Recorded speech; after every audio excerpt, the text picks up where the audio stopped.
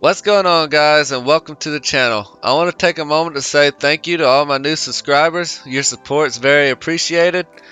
Now, a lot of veterans that are subscribed to me might already know a lot about this, but this video is solely for the new people that are into the hobby.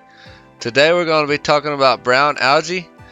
And to know a little bit more about brown algae, it's actually a microorganism called diatoms.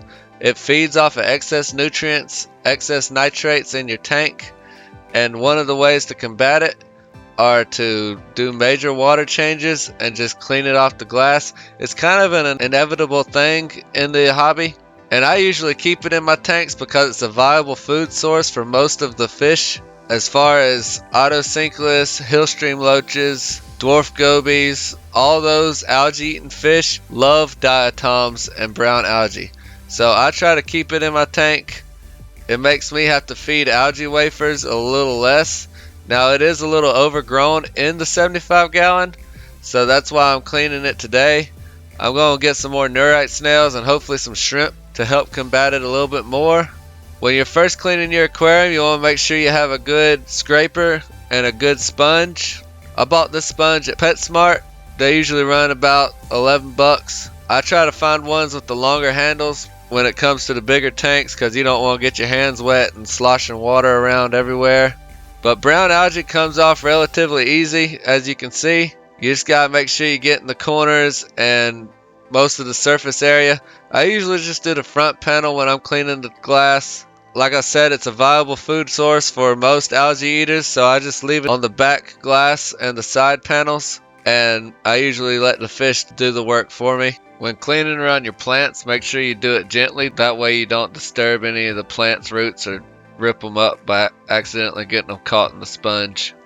So now what we're going to do, now that we have the front panel clean, we're going to do a water change because now all the diatoms that we scraped off are suspended in the water column. And if we don't get them out of the tank, they're just going to reattach themselves back to the glass and on the plants and the hardscape. So we're going to do a water change using a pump and a python hose running to my bathtub. And before we fill up the 75 gallon, we're going to also do a water change on the 55 gallon retro. That way we can go ahead and kill two birds with one stone and get this water change out of the way as well. Now it's also a good idea to add the chlorinator to your tank when you're adding water from your tap, because most water systems are treated with chlorine, and chlorine can lead to fish illness and possible death. A common mistake I hear from a lot of people is they use 10 milliliters for every 10 gallons of their tank, but what you're supposed to do is use 10 gallons per 10 milliliters for water that you take out and put back in. Now I'm sure there won't be any harm done to the fish if you go over that, but it's best not to have excess chemicals in your tank just to be more on the safe side. And for the people that do plants, this would be a good time for you to add your fertilizers. I use the Fluval Plant Grow Plus. It seems to be the best one I've used so far. I haven't used Easy Green or any of those other popular brands. I used to use Seachem. After a while you have to keep it in the refrigerator, so I've kind of stopped using that and started using the Fluval brand. So I'm going to kick the rest of the video up in high gear and get the water change done.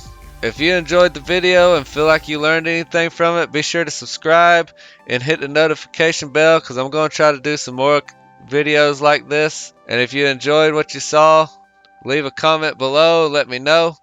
And I hope to see you guys in the next video. Thank you.